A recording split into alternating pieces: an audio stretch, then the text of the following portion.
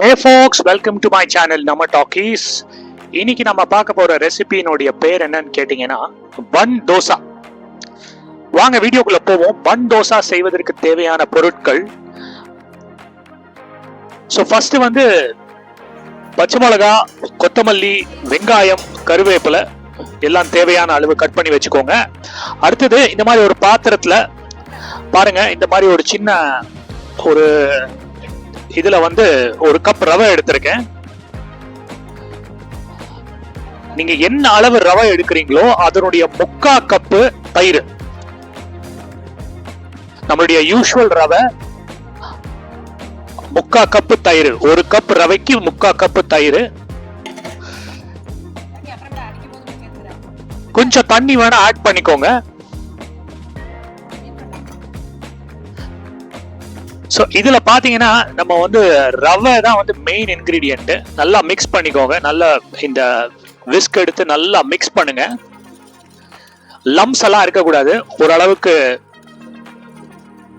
ஸ்மூத்தா வர வரைக்கும், அதாவது நீங்க உள்ள அந்த விஸ்க உள்ள அப்படியே நீங்க சுத்தும் பொழுது பெரிய பெரிய லம்ஸ் இருக்கக்கூடாது. பாருங்க, நம்ம இப்ப நல்லா ஸ்டிர் பண்ணியாச்சு. அதை க்ளோஸ் அப்ல காட்டுறேன் பாருங்க.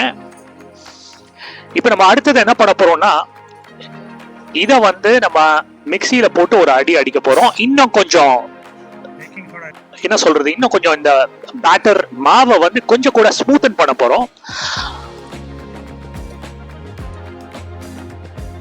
சோ இப்போ இத நீங்க பார்க்கலாம். இப்போ நம்ம அந்த மிக்சி ஜார்ல ஊத்தும் பொழுது ஒரு மாதிரி ரஃப் டெக்ஸ்சரா இருக்கும். இப்போ நம்ம அதை ஒரு வாட்டி மிக்சியில அடிச்சோம்னா அந்த டெக்ஸ்சர் நல்லா ஸ்மூத் ஆயிடும். நான் உங்களுக்கு அதையும் க்ளோஸ் அப்ல காட்டுறேன் பாருங்க. இது மிக்சியில அடிக்கிறதுக்கு முன்னாடி. இப்ப அடுத்தது நம்ம மிக்சியில அடிச்ச பிறகு எப்படி இருக்குன்னு பார்ப்போம். இத பாருங்க, நம்ம யூசுவல் இட்லி தோசை மாவு மாதிரி ஆயிடுச்சு பாருங்க. க்ளோஸ் அப்ல காட்டுறேன், நல்லா பாருங்க. இப்போ அடுத்தது நம்ம கடாய்க்கு போயிடுவோம். முதல்ல வெங்காயம், பச்சை மிளகாய் இதெல்லாம் எடுத்து வச்சுக்கிட்டோம் இல்லையா. இந்த மாவோட மிக்ஸ் பண்றதுக்கு, அதாவது நம்ம செய்ய போறது ஒரு கிட்டத்தட்ட ஒரு ஆனியன் பன் தோசை தான் நம்ம செய்ய போறோம். சோ அதுக்கு தேவையான ஒரு மிக்சர் தான் நம்ம இப்ப ப்ரிப்பேர் பண்ண போறோம். கிட்டத்தட்ட தாளிச்சு கொட்டுற மாதிரி தான். ஃபர்ஸ்ட் கடாய் எடுத்து வச்சுக்கோங்க. ஒரு ஸ்பூன் எண்ணெய். உங்களுக்கு மத்த வெஜிடபிள்ஸ் ஏதாவது ஆட் பண்ணோம்னா கேரட் கூட நீங்க ஆட் பண்ணலாம், அதுல தப்பு கிடையாது, நல்லா இருக்கும். அடுத்தது மஸ்டர்ட் சீட்ஸ் ஒரு ஸ்பூன். கடுகு நல்லா வெடிச்சு வரட்டும் கடுகு. அப்புறம் நம்ம யூசுவல் பொருட்கள்லாம் எடுத்து வச்சுக்கோங்க. யூசுவலா நான் அதை என்னோட எல்லா வீடியோஸ்லயுமே நீங்க பார்த்துருப்பீங்க. நான் அதை குறிப்பிட்டு நான் சொல்ல மாட்டேன். ஸோ உங்ககிட்ட டெஃபினட்டா எப்பவுமே எல்லா வீட்லயும் கிச்சன்ல தாய்மார்கள் இதை வச்சிருப்பீங்க அப்படிங்கிறது தான் அசம்ஷன். கடலைப்பருப்பு ஒரு ஸ்பூன். அடுத்தது உளுத்தம் பருப்பு ஒரு ஸ்பூன், அதையும் எடுத்து வச்சுக்கோங்க. கடலை பருப்பு, உளுத்தம் பருப்பு, அதுக்கப்புறமா கடுகு 3 ஆட் பண்ணியாச்சு. நல்லா வெடிச்சு வருது. ஓரளவுக்கு கோல்டன் பிரவுன் பொன்னிறம் வர வரைக்கும் அது பொரிக்கட்டும். இப்ப அடுத்தது நம்ம அந்த கருவேப்பிலை, அதுக்கப்புறமா ஆனியன், பச்சை மிளகா இதெல்லாம் நம்ம ரெடி பண்ணி வச்சிருக்கோம் இல்லையா. ஸோ அதெல்லாம் நம்ம அடுத்தது இதுல ஆட் பண்ணி நல்லா சாட்டே பண்ண போறோம். ஸோ ஃபர்ஸ்ட் கருவேப்பிலை ஆட் பண்ணிக்கோங்க. அதுக்கு அடுத்தது நம்ம பச்சை மிளகாயை ஆட் பண்ணியாச்சு. மூணாவதா வெங்காயம்.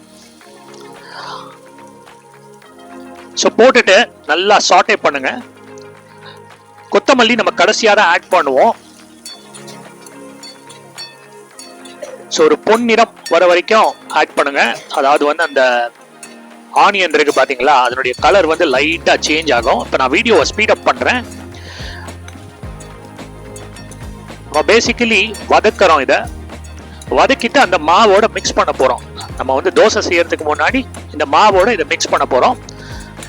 சோ நல்லா சாட்டே பண்ணுங்க. நான் வீடியோவை ஸ்பீட் அப் பண்ணிருக்கேன். கடைசியா கொத்தமல்லி ஆட் பண்ணுங்க. முதல்லயே ஆட் பண்ணிடாதீங்க. கொத்தமல்லி ஆட் பண்ண பிறகு நம்மளுடைய இந்த மாவோட கலக்க போற இந்த மிக்சர் கிட்டத்தட்ட தயாராயிடுச்சு. கொத்தமல்லி ஆட் பண்ண பிறகு ரொம்ப நேரம் சாட்டே பண்ண வேண்டாம். ஏன்னா கொத்தமல்லி எல்லாம் அப்படியே அந்த மாவோட மிக்ஸ் பண்ணணும். ஒரு ஃபியூ செகண்ட்ஸ் பண்ணா போதும். நீங்க கொத்தமல்லியை ஒன்ஸ் ஆட் பண்ண பிறகு ஸோ இது கூட நீங்க கேரட்டை வந்து அப்படியே ஒரு சின்ன சின்ன ஸ்லைஸா வந்து நீங்க வந்து ஆட் பண்றதுனாலும் பண்ணிக்கோங்க. எனக்கு தெரிஞ்சு கேரட் தான் வந்து நீங்க இன்னொரு வெஜிடபிள் ஆட் பண்ணக்கூடியது. வேற எந்த வெஜிடபிளும் எனக்கு ஞாபகம் வரல இந்த தோசையோட மிக்ஸ் பண்ணி சாப்பிட்றதுக்கு. ஸோ இப்போ அடுத்தது வந்து அந்த மாவு ரெடி பண்ணி வச்சிருக்கோம் இல்லையா, மிக்சியில் அடிச்சு, அதனோட இதோட மிக்ஸ் பண்ணிடுங்க. அதுக்கப்புறமா நல்லா ஸ்டிர் பண்ணுங்க. அதாவது இந்த மிக்சர், அதாவது இந்த தாளிச்சு கொட்டிருக்கோம் இல்லையா, கடுகு, உளுந்து, ஆனியன், கொத்தமல்லி எல்லாம் போட்டு சூப்பரா தாளிச்சு கொட்டிருக்கோம் இல்லையா, அதை வந்து நீங்க வந்து இந்த மாவோட நல்லா கலக்கணும். அதுக்கு நீங்க என்ன பண்ணணும்னா நல்லா ஸ்டிர் பண்ணணும். இப்போ தேவையான அளவு உப்பு ஆட் பண்ணிக்கோங்க, மறந்துடாதீங்க. ஏன்னா நம்ம முதல்ல வந்து உப்பு எதுவும் ஆட் பண்ணல, இந்த மாவை ரெடி பண்ணும்போது எந்த உப்பும் ஆட் பண்ணல. இப்போ நான் ஆட் பண்றது வந்து பேக்கிங் சோடா.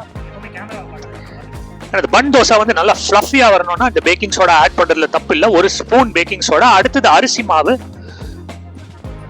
அரிசி மாவு வந்து அகைன் ஒரு அந்த தோசையுடைய டெக்ஸ்டரை இம்ப்ரூவ் பண்ணும். ஒரு 3 to 4 ஸ்பூன்ஸ் ஆட் பண்ணியிருக்கேன். க்ளோஸ்அப்ல காட்டுறேன் பாருங்க. மறுபடியும் சொல்றேன், பேக்கிங் சோடா, அதுக்கப்புறமா அரிசி மாவு அண்ட் அஃப்கோர்ஸ் உப்பு. பேக்கிங் சோடா 1 ஸ்பூன் போடுதும், அரிசி மாவு வந்து ஒரு 3 to 4 ஸ்பூன் ஆட் பண்ணிக்கோங்க. உப்பு 1 ஸ்பூன் போதும். பாருங்க, இந்த பேட்டர் வந்து கம்ப்ளீட்டா ரெடி ஆயிடுச்சு. இப்போ நம்ம வந்து இதை தான் நம்ம வந்து தோசையா ஊற்றி சாப்பிட போறோம். நம்ம யூஸ்வலா தோசை கல்லுல தான் தோசை பண்ணுவோம். பட் ஆனா இந்த பன் தோசை வந்து பன் மாதிரி வரணும் இல்லையா, அதனாலதான் அதுக்கு பேரு பன் தோசை. ஸோ நீங்க இதை நான் வந்து நம்மளுடைய யூஸ்வல் கடாயில தான் நான் பண்றேன்.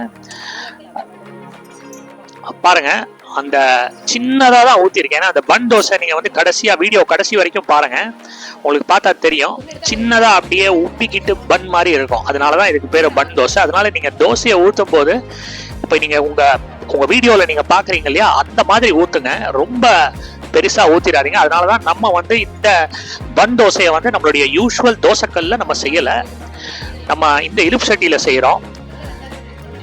இந்த சின்ன கடாய் கிடைக்கும் தெரியுமா, ரொம்ப ரொம்ப சின்ன கடாய் கிடைக்கும். நம்ம ஆப்பம்லாம் செய்யறதுக்கு யூஸ் பண்ணுவோம் இல்லையா, அதோட சின்ன கடாய் கிடைக்கும். அது உங்க வீட்டுல இருந்ததுன்னா அதுல இதை ஊத்திருங்க. அப்போ உங்களுக்கு வந்து ரொம்ப யோசிக்க வேணாம், இந்த தோசை நம்ம கரெக்டா ஊத்திருக்கோமா அப்படின்னு நீங்க யோசிக்க வேண்டாம். பாருங்க, இது வந்து கொஞ்ச நேரம் நல்லா குக் ஆகணுங்க. இதுல இருக்கிறது வந்து ரவை, அதுக்கப்புறமா அரிசி மாவு இதெல்லாம் எடுத்திருக்கோம். நல்லா குக் ஆன பிறகு திருப்பி போடுங்க. அதாவது சீக்கிரமா நீங்க திருப்பி போட்டுக்கிட்டீங்கன்னா என்ன ஆகும்னா, அந்த மேல வந்து இன்னும் மாவு இன்னும் கம்ப்ளீட்டா குக் ஆகலைன்னா அந்த மாவெல்லாம் அப்படியே என்ன சொல்றது, அந்த லீக் ஆகி வெளில போயிடும். ஸோ அதனால வந்து அதை அவாய்ட் பண்றதுக்காக நல்லா குக் பண்ண பிறகு நீங்க வந்து அதை திருப்பி போடுங்க. அதாவது மேல வந்து ஒரு மாதிரி சாலிடிஃபை ஆயிடும். அது என்ன சொல்றது, ஒரு மாதிரி திக்கா தெரியும். அந்த வெள்ளை போர்ஷன் இருக்கு இல்லையா, அது இனிமே இது சிந்தாது நம்ம திருப்பி போட்டா அப்படின்ற ஒரு நம்பிக்கை வந்த பிறகு நீங்க திருப்பி போடுங்க. பாருங்க, திருப்பி போட்ட பிறகு ஒரு கொஞ்ச நேரம் இந்த மாதிரி நீங்க வந்து ஹீட்ல காமிச்சா போதும். பாருங்க, அந்த லேடில் வச்சு பிரஸ் பண்ணும் போதே உங்களுக்கு தெரியும் எப்படி உள்ள வந்து நல்ல திக் அண்ட் ஃப்ளஃபியா வந்திருக்குன்னு. இன்ஃபேக்ட் நம்மளுடைய தோசை மோராலஸ் ரெடி ஆயிடுச்சு, பன் தோசை ரெடி ஆயிடுச்சு. ஸோ இதே மாதிரி நீங்க பன் தோசை வீட்டில் செஞ்சு பாருங்க. இன்னைக்கு நம்ம வீட்டில் வந்து பன் தோசை செஞ்சிருக்கோம், சுவையான டொமேட்டோ ஆனியன் சட்னி. இப்போ நான் க்ளோஸ்அப்ல காட்டுறேன். இது பயங்கர சூடா இருக்கு.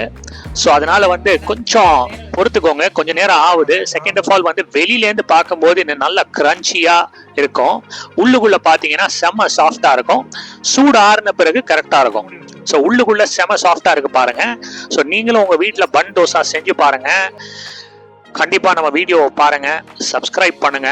தேங்க்ஸ் ஃபார் வாட்சிங் my channel. Do like and subscribe. மீண்டும் ஒரு அற்புதமான காணொலியில் சந்திப்போம். நன்றி மக்களே, வணக்கம்.